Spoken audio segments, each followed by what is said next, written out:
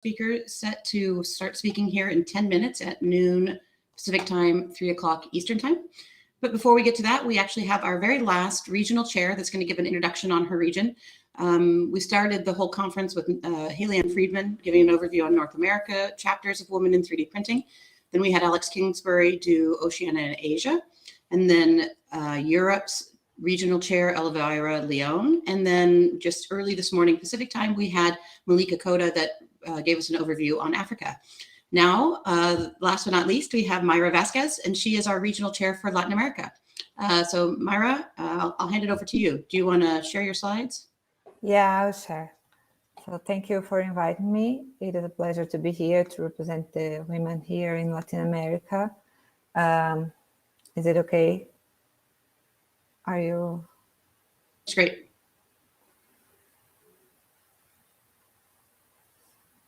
Are you seeing my You're all set. My screen here?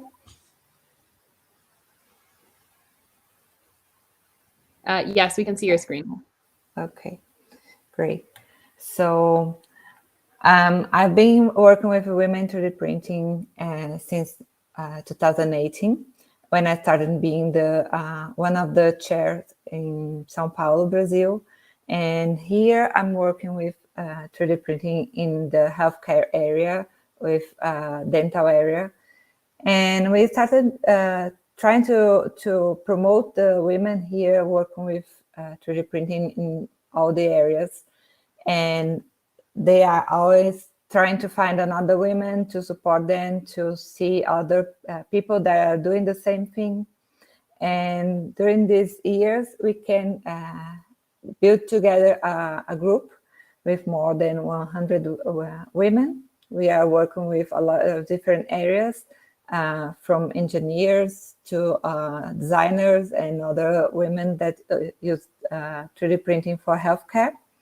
And after that, we are starting to talk about building the community in all Latin America, because we are always thinking about building the structure of the women 3D printing here too. So we are trying to build a community with a lot of diversity and inclusion. We already have all these topics that is there is a star here. So we are working with volunteering.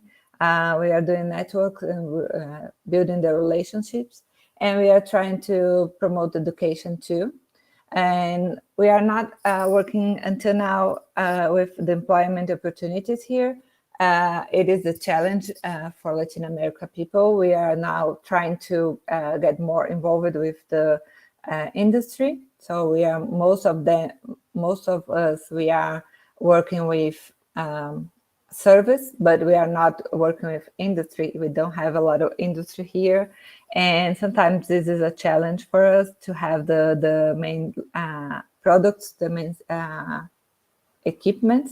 So we are now trying to promote these women to be part of the industry. Most of them, we are entrepreneurs, and we are trying to build some startups and some solutions using the technology. So these are some of the events we are promoting. Some of them here in São Paulo, Brazil, and others in Colombia or Argentina. And now we'll start a new chapter in Chile this year, and we are trying to get more women in other countries involved too. So nowadays we have two ambassadors in Argentina, one in Buenos Aires and other in La Joya. Another one in Bogota, Colombia. We have two chapters in Brazil with me and Maria Kunkel. And the new one will be in Chile, Valparaiso, where we are starting now to grow up this group. So it is a huge space, it's a huge continent, and now we have 4, and we are going to the 50th chapter here, but we are trying to have another one in the same countries, and to bring other women from other countries to grow up this space and to show the world we are needing more events, more industry, more opportunities here in the Latin America. There is a lot of people that love to work with 3D printing, and we are now trying to promote this more and more. Last year, one of the things that we like most to talk about is about the pandemic response.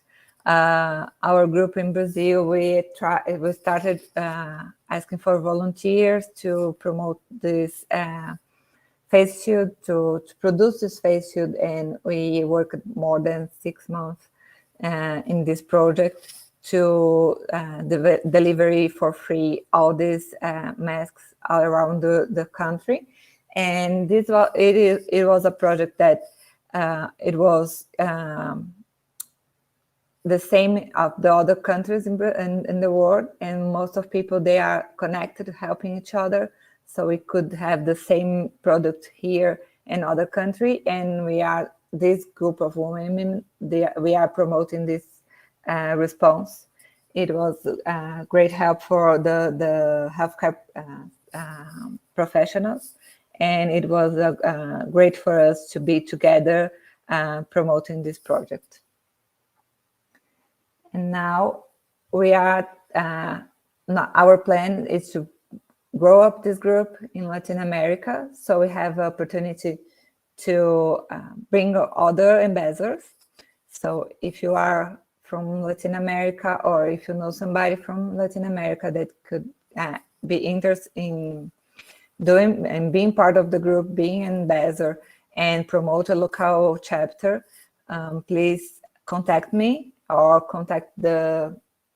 go to the website, and you can do this and be part of the group. It is super great, and we are always having a lot of events that promote more and more the knowledge and the networking about the women, and promoting the 3D printing in our continent.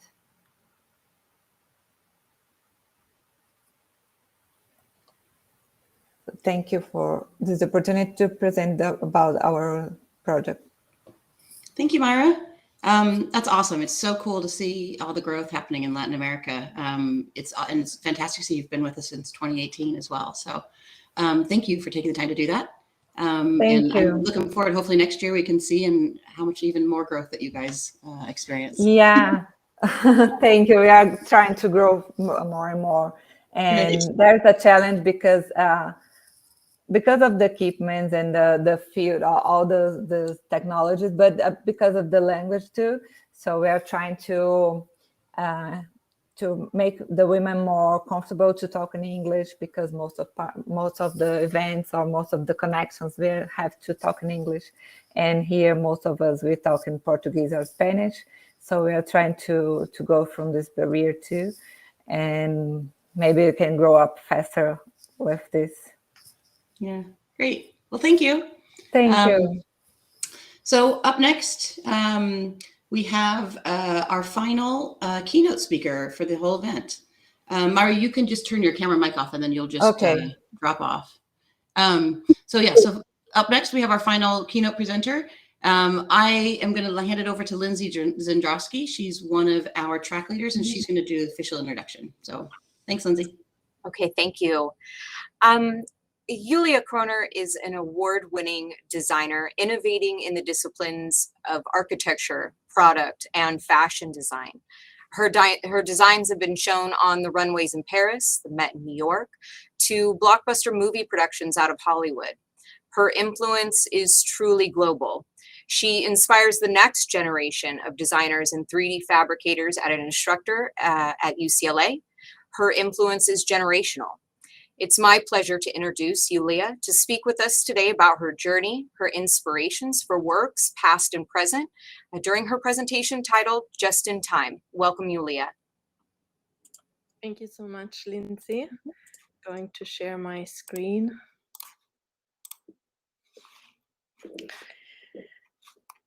Can everyone see this, Lindsay? Good. Great.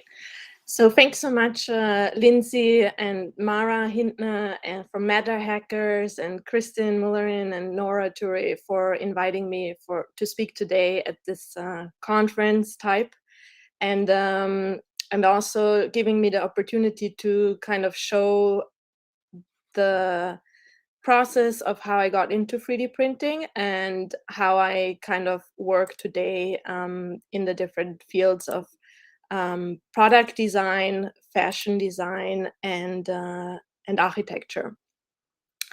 So I put together a presentation today where I want to give you an overview about the different disciplines and how I work as an architect in those different disciplines, and some of the projects I have been designing over the past 15 years.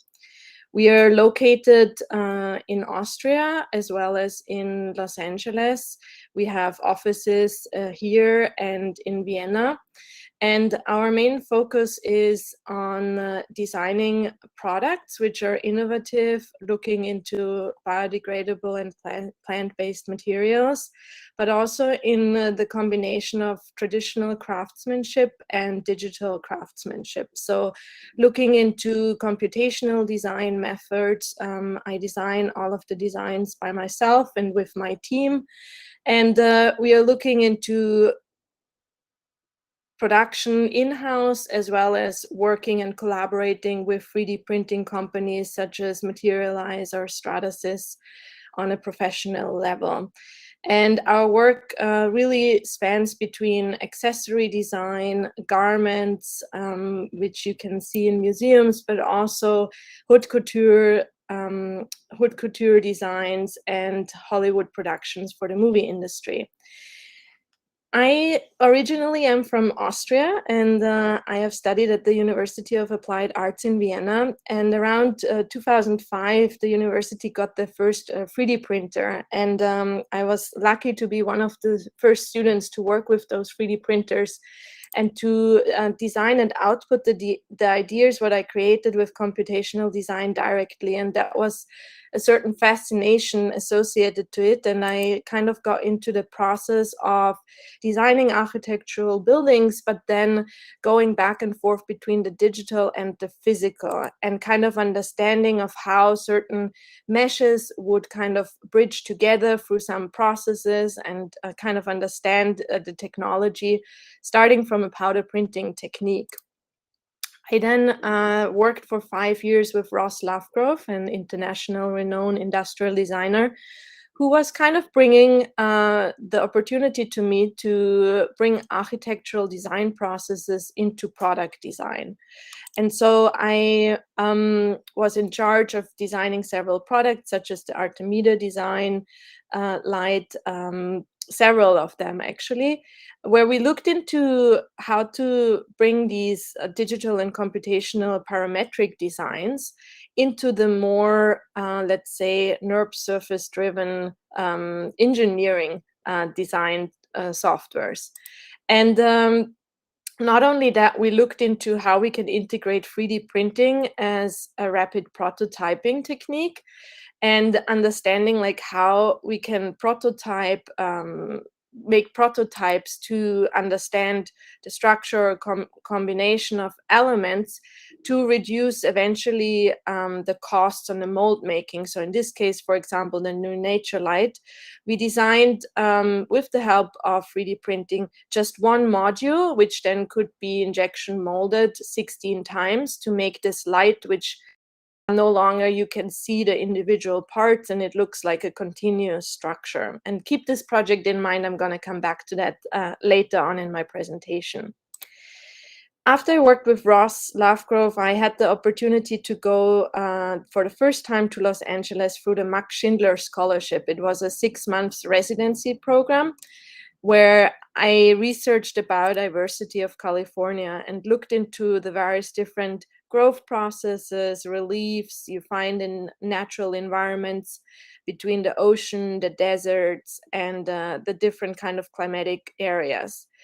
And while I was really interested in the biomimicry of these objects, I more and more wanted to understand the mathematical logics of them. So I decided to get another master at the Architectural Association in London in emergent technologies and design. And there we researched how to use CT scanning of porous structures such as corals to understand their structural makeup and the different kind of porosity levels, and also how to kind of compute such structures which you find in nature. And one thing what is really great about algorithms and designing with parametric tools is that you write a code which you can change small parameters later on if you want to make changes to the design. And that comes really handy also when you want to do 3D printing, because 3D printing allows you to output designs in many variations. Not every design has to be the same.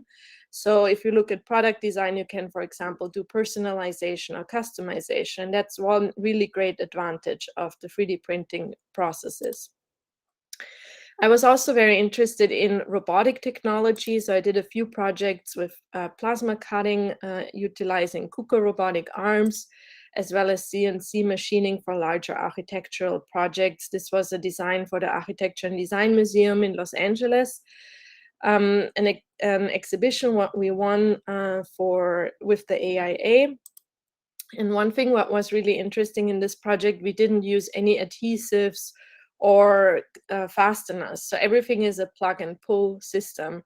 And we worked with expanded PVC material and used CNC technology to create a flat pack structure, which then could be shipped worldwide and set up in different locations. So we showed this in Los Angeles. We showed it also at the Amman Design Week in Jordan. Here in front, you can see the Queen of Jordan with my partner, Kaisal Ravi, showcasing the project. And one thing what I learned from this particular project was the kind of ability that if you design something, you can produce it and you can ship it around the world. But what I think is great about the 3D printing technology is you can eliminate shipping, and you can eventually send your design virtually through an email or a cloud, and then have it 3D printed on location, depending on where you need it.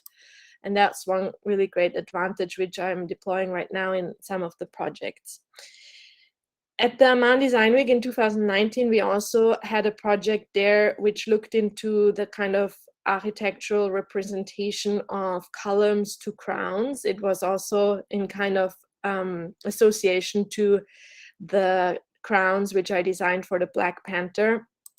So we looked into the column capitals of Petra, the carved city in Jordan, which is from the Nabatean times, and over the years has been eroded through the water.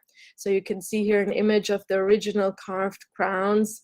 Some of them are still very well intact, and some of them have been eroded and have this very organic quality. And so we designed a set of 25 column capitals for this installation, which were all individual and uniquely 3D printed, and kind of spoke to this advantage of the output of difference in the designs with the 3D printing technology. And also eventually the kind of that you don't have any limitations in the design, and you can create really complex formations. In this case, we used FDM 3D printing. So all of the designs, what you see here, are produced in-house in our studio. And we kind of optimize the designs to work with the technology. So we always look at first, what technology are we looking at? What are we going to work with? And then we design specifically for this technology. So one thing what you can see, for example, bottoms of these crowns are flat, which is very useful when you work with FDM printing, where you print on a flat bed, which you, I guess, all know. But I think one great thing is, in this case, we didn't have any support material. And we took this project to an even larger scale. These are 3D printed stele, which we designed and installed in Santa Monica. This is a first public art installation we designed. It's outdoors for 2 years. And in this case, we at the beginning wanted to 3D print it professionally. We reached out to several 3D printing companies, but especially the large scale, the ones who were focused on large scale, but the prices what we got were really expensive and out of our budget. So we looked back into kind of producing it with CNC technology. And then the pandemic came, and during the pandemic, all fabrication shops closed. And so we kind of had our deadline for this public installation, for this art piece, but we didn't have a method of producing it. So my partner and myself, we looked into our 3D printer, what we have in our studio, and started to investigate if we maybe could print it large scale on our printer. And we figured out we could print it in sections, hollow, without any support material, so it's super lightweight. And then we ended up fusing those sections together and created the installation by ourselves, which was not only to our advantage for our budget, but also it kind of opened our eyes about what you can do with larger scale desktop printers and how you can produce a lot of things actually in-house, which was a great learning. Next, I would like to talk a bit more about the 3D printed fashion collaborations I was involved with. In 2012, 13, and 14, I collaborated with Iris van Herpen on 3 of the first 3D printed dresses, in collaboration also with Materialize. It was great because we kind of could explore different methods. This one was produced with mammoth stereolithography. So the dress, the hybrid holism dress, had its natural color from the resin. And it was amazing because during the time, I remember the file was really large. It was 2 GB, which for today is nothing, but back then it was really large. So I had to export all of the individual parts separately and sent them to the engineers at Materialize. And then we kind of put it together and 3D printed it all in one piece. You can see here the digital renderings, one front and one back. And it was a really interesting exploration because I was working directly with the engineers at Materialize, with Sven Hermans, and kind of really got an understanding of like how the 3D printing on a larger scale works. But also the dresses were exhibited at the Metropolitan Museum in New York, as well as in architecture exhibitions. So the kind of pieces lived between the fashion and architecture world equally. And in 2013, I designed this dress with Iris van Herpen and Materialize, which was the voltage dress, and it was the first ever 3D printed dress with flexible material.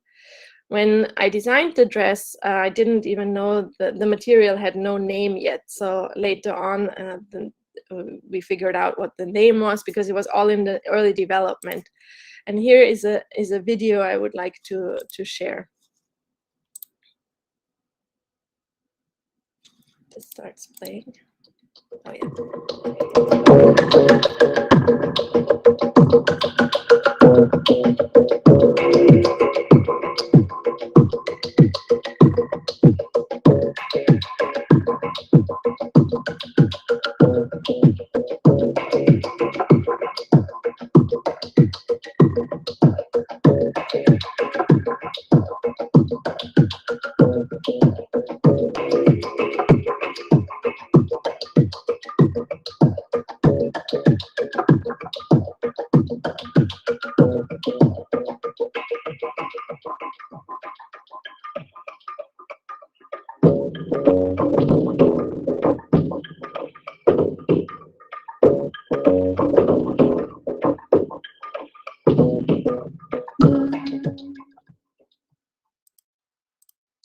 So at that time in 2013, this was obviously something really new.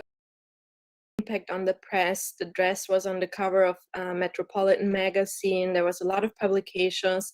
There was also this designed biopiracy dress in 2014, which made it into the National Geographics. And there were articles in there which were like, just press print. And I was always so surprised by the media, how they would cover it, because there was a lot more than just press print in it, right?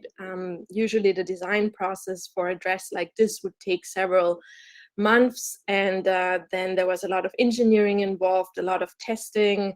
We never were able to make a full prototype, so it was really just like small prototypes. The final piece was always the piece, but the exciting thing was that in this process there was a lot of learning, even though it was a very fast process, because in fashion everything works really fast.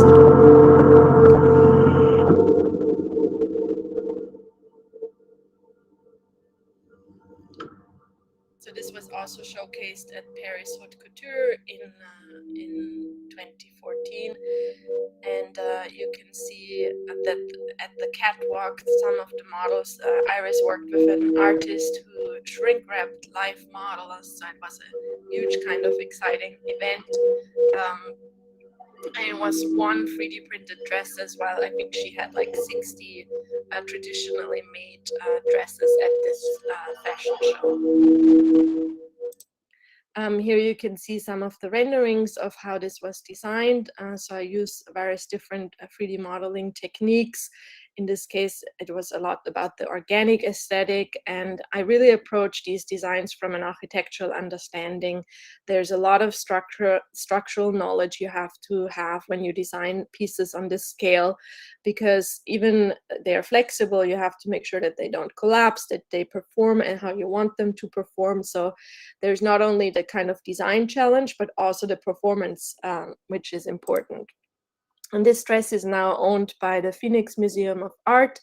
And in 2019, 5 years after the dress was first time shown, the museum curator reached out to me since she had seen a presentation of myself in Berlin.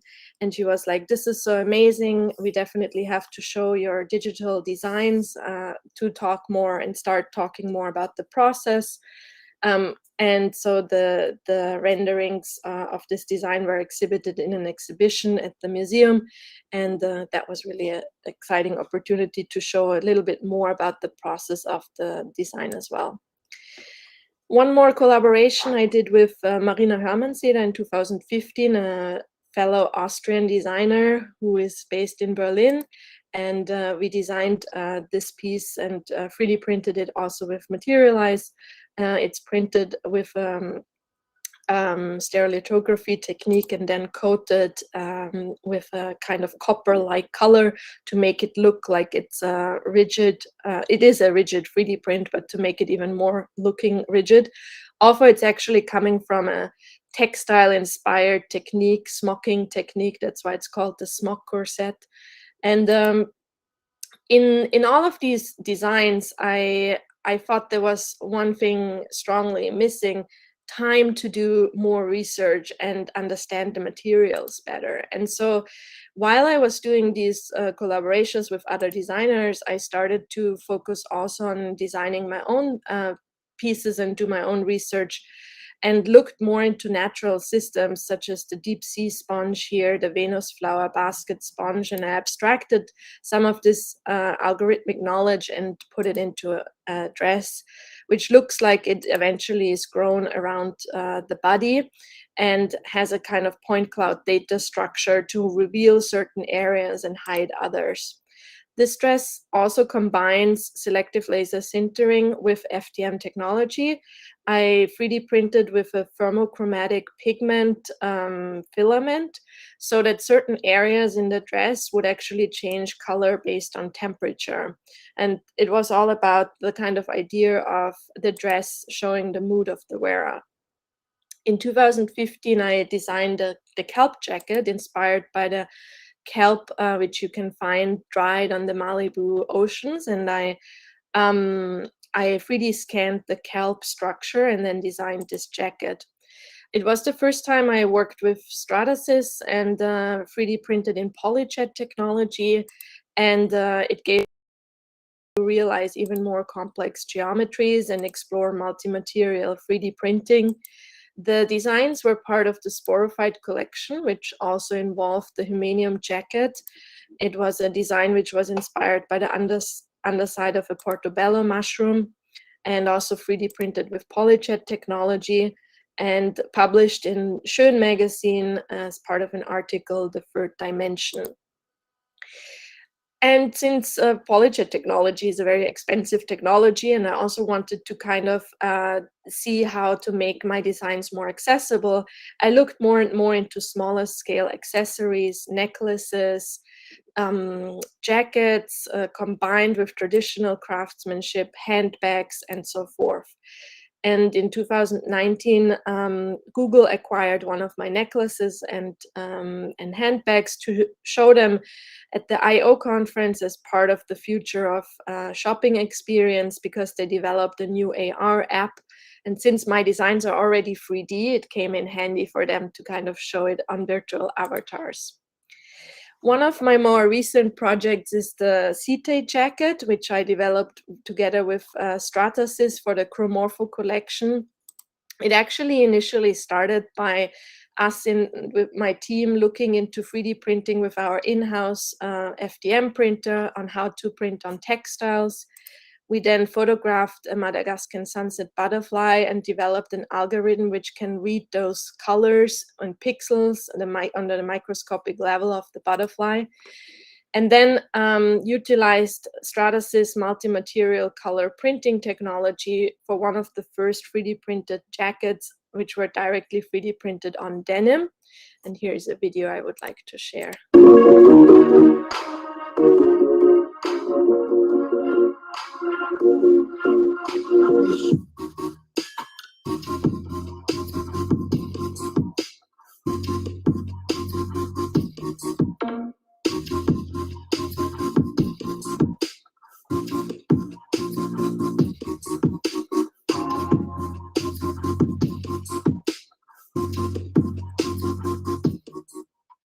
One of the advantages of this was definitely to make the jacket more wearable, because there was a certain flexibility embedded in the combination between the 3D printing and the fabric. But also I developed the process where I would really only print in kind of small pixels onto the textile to make it even more moving, and develop the process which wouldn't need any support structure or any kind of 3D printing additional materials. And that was kind of revolutionary. It was showcased at the Philadelphia Museum of Art and also at the Walker Art Center in 2020. Following that project, I engaged in the Reframe funded project, which was a Horizon 2020 funded project from the European Commission, and it was in Austria, in Linz, together with several research partners. One of them was Stratasys, Profactor, Haratech, the University of Linz, and we kind of looked into developing this process of 3D printing on textiles further. And I developed the ARID collection. One thing what I realized during this 9 months research was, if I can 3D print directly on the fabric, why not also 3D printing fasteners and buttons to kind of put the pieces together. So what you see here is a dress which doesn't have any sewing involved. Everything is buttoned together. And we did a lot of material testing. We ended up 3D printing both on a polyester fabric, but also on hemp. Hemp is a organic material which uses less water in its production, and also it's in its natural color. And I thought, since we can use the color in the 3D printing process directly, we don't need to work with color dyeing processes to make the fabric colored. The piece consists out of around 36 components. We developed a process which is based on 3D scanning human bodies, and then developed a workflow where we can have the 3D scans of the human body, and then the design adapt to 5 different body shapes and customize and output the parts in the. You can see here an animation which kind of showcases these processes, where we started to work with mesh relaxation software and understanding like how to go from different softwares which are built for fashion but also for architecture, and how to kind of find the workflow between those. And the last part of my presentation before I get to some of the also Hollywood pieces is 3D printed products. In our studio, we are now have launched a new brand, JK3D, where we have designed a handbag which is entirely 3D printed, including its hinge, clasp, and pocket. And it's produced in one material in-house in our studio. It comes in 3 different colors, in black, slate, transparent ice, and in off-white bone color. And it's one of the first products which we have launched to go into series. We are producing just in time, so only when there's an order coming in on demand. We produce the ones which are ordered in the US here in Los Angeles, and the ones which are ordered in Europe we produce in Vienna. That way we can eliminate shipping and our carbon footprint. Our studio in Los Angeles is solar powered, and our Vienna studio is using low energy consumption.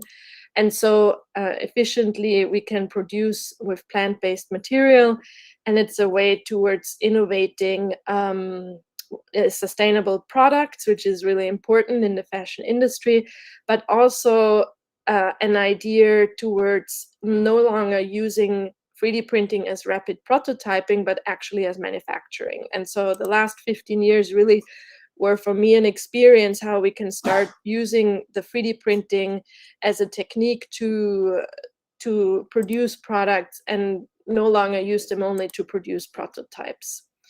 Here you can see a close-up. The clutch also won a Red Dot Design Award last year, and we're very excited about this.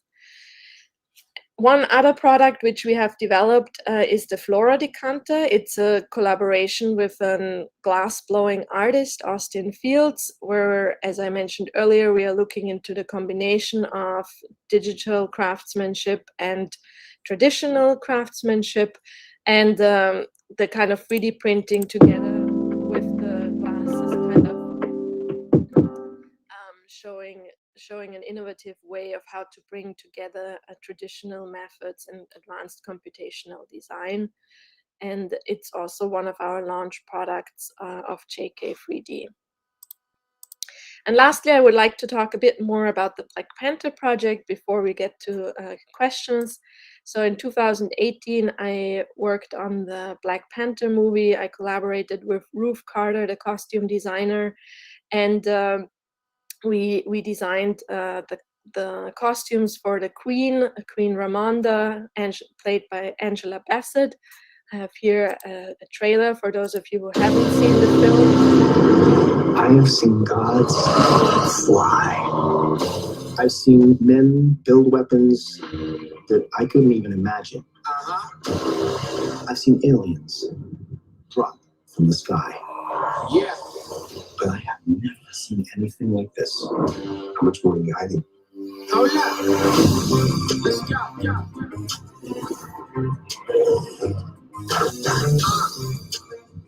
home.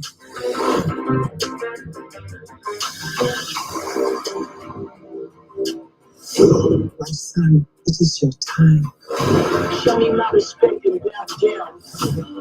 You get to decide what kind of king you are going to be.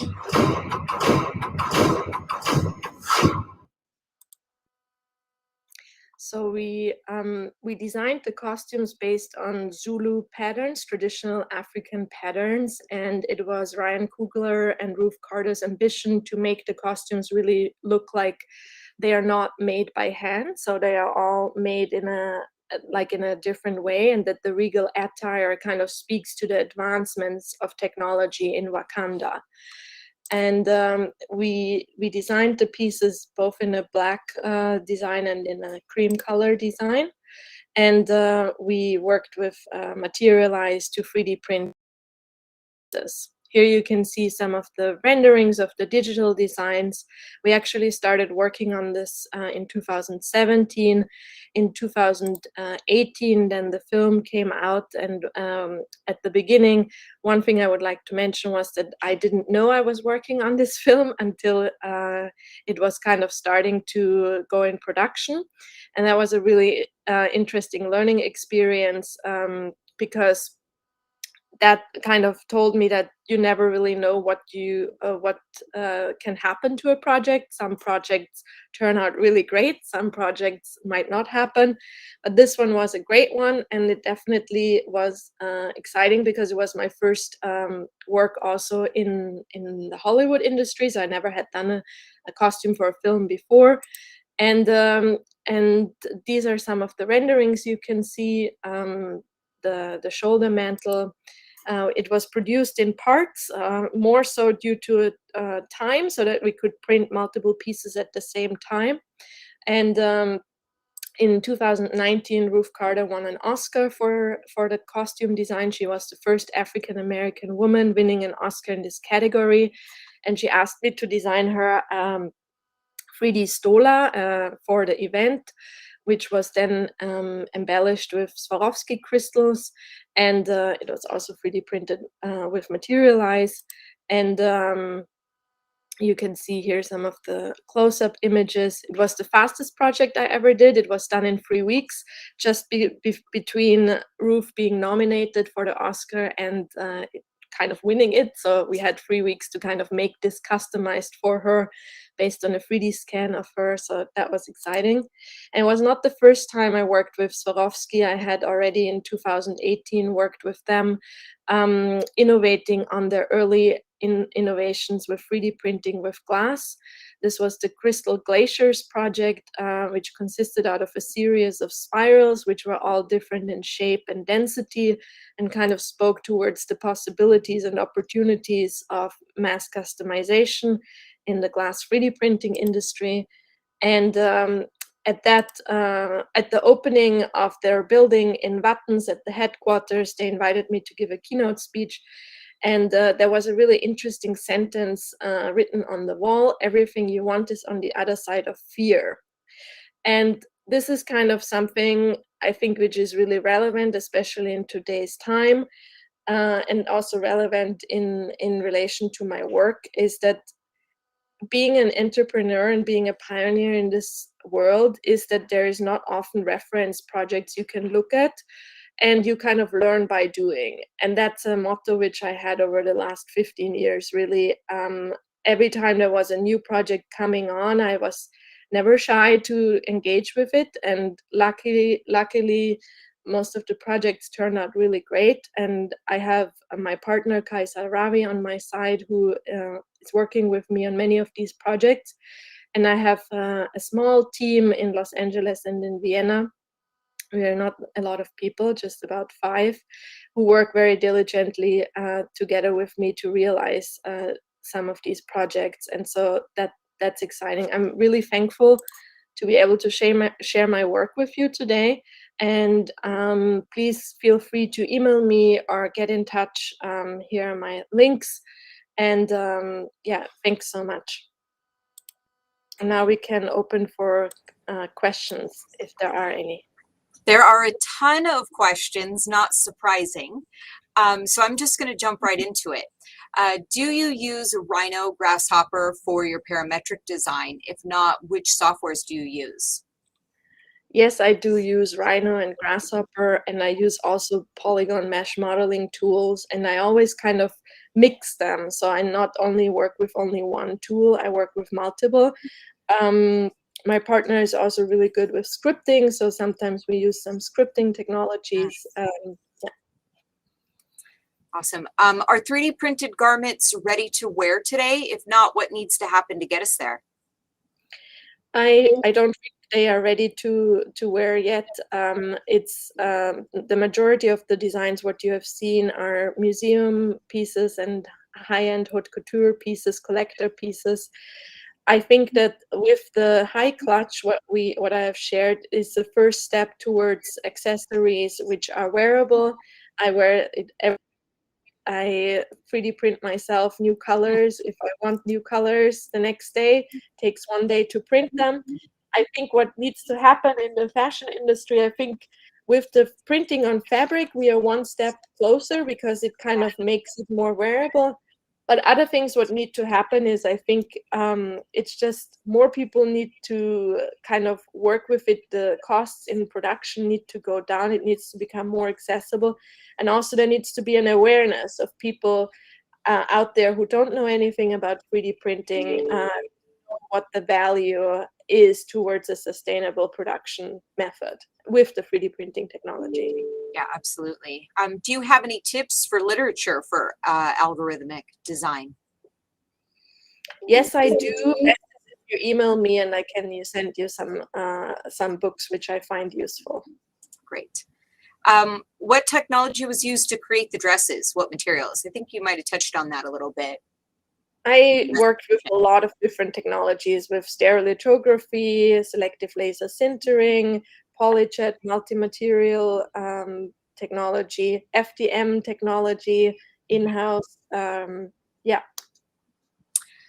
What fastenerless and weldless projects or weldless project high load bearing, and where can you learn more about it? Or was that, I think they're talking about your project that you made the buttons and you didn't sew anything. Was Yes. that high load bearing, and where can we learn more about that? There's a video out there. If you email me, I can send you the link about the research project on Reframe. When you go on Reframe's website, you can find more out about that. That we did different researches. Some were really tight, some were really much more loose, and so we did a lot of research in this direction. And trial and error, I'm assuming. This person would like you to touch again on what in-house, oh wait, I'm sorry, they're getting voted up so quickly. Okay, which FDM printers are you using in-house for crowns, and what materials are you using? So we use a bunch of different 3D printers in-house. We use the Wi3DP printer, and but we also have other printers we work with. What type of supports are required for 3D printing and flexible material? I think that you said in your presentation you tried to do like self-supporting. So was there any support used on that? Well, the great thing with the TPU, for example, in the SLS technology, there isn't any support because the loose powder is the support by itself. And in many of the other projects, I tried to make the design support less, just to use less material and create less waste. And yeah, so in the CT jacket, for example, there wasn't any support in the production. Often 3D printing fashion is perceived as uncomfortable. What's your take on this issue? My take on this issue is that there is a lot of haute couture designs which are uncomfortable, and I think that the comfortability wasn't the main importance in some of these high-end fashion designs. It was more about how can we utilize a technology in an industry where it has been unprecedented before, and how can we come up with the first very innovative designs in that sense. And then over the years, and as I mentioned, in some of my own work, I had more time to kind of investigate designs which are more flexible and more usable. And that's not only the material, but also the cut, how much, for example, a jacket is much more wearable than a full dress. Accessories are much more wearable than like full garments. So like, it's really about finding the right application. I agreed. What kind of printer was used to 3D print on the fabrics? That was Stratasys technology. The fashion industry has become more eco-friendly. Is AM behind in this trend? I think it would be really great if there would be more material research, and there would be more materials which are eco-friendly. I think there's a few, but I think there could be to investigate, or I would like to get in touch, anyone who knows more about biodegradable material and what that actually means, because we know PLA is biodegradable, but what does that actually mean? Like, how is it produced? What does it need to be to biodegrade?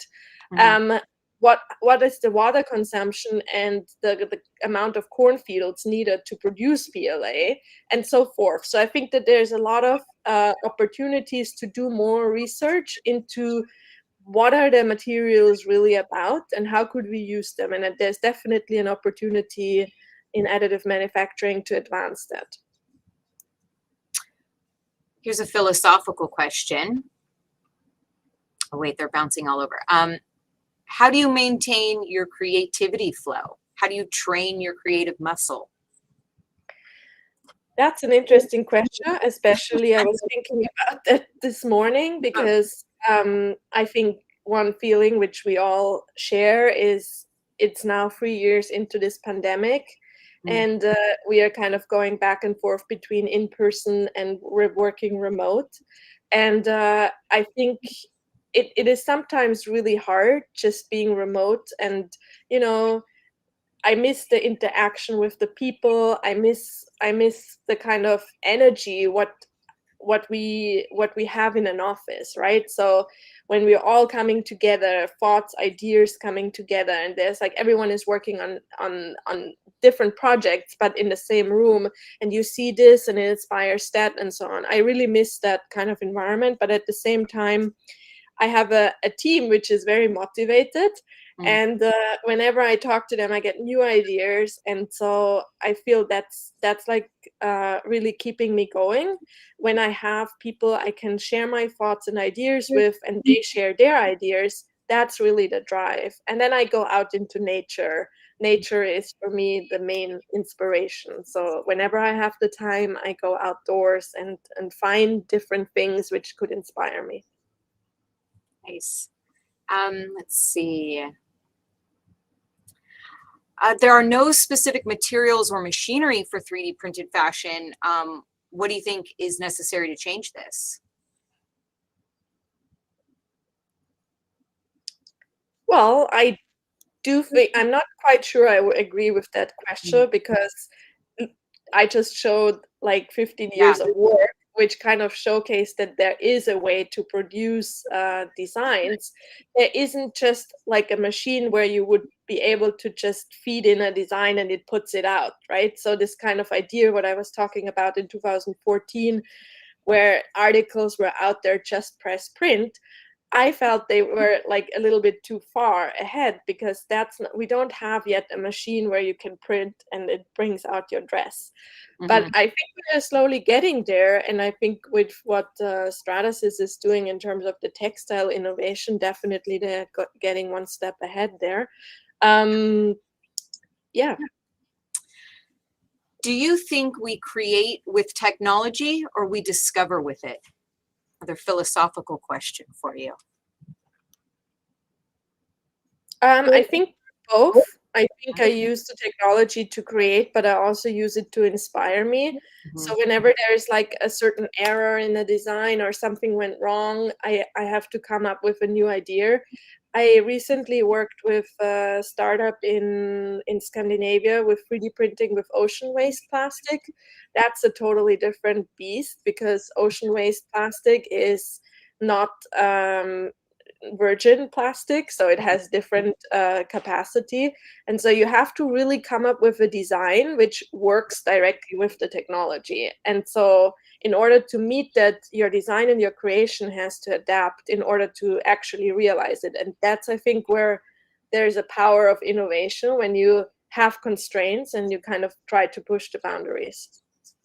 Yes, absolutely. We are out of time. Thank you again so much. I think if you get a chance, take a look at the chat and the comments.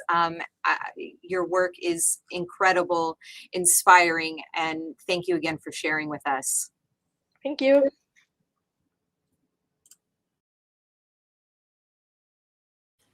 Yes, thank you, Julia. That was truly amazing, and I definitely recommend taking a look at the chat as as Lindsay recommended.